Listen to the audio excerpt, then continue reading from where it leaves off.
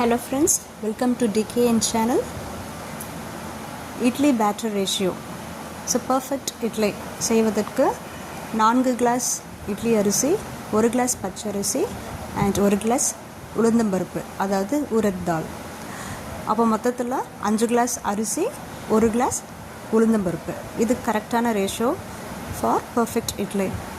கண்டிப்பாக இந்த அரிசியும் உளுந்தையும் தனித்தனியாக ஊற வச்சுருங்க.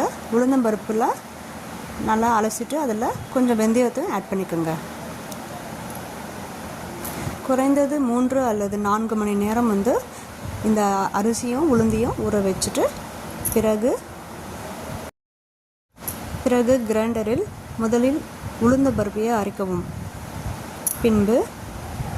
பின்பு அரிசியை அரைத்து இரண்டையும் மிக்ஸ் செய்து தேவையான அளவு உப்பு போட்டு தேவையான அளவு உப்பு சேர்த்து 8 மணி நேரம் தனியாக வெளியே வைக்கவும்.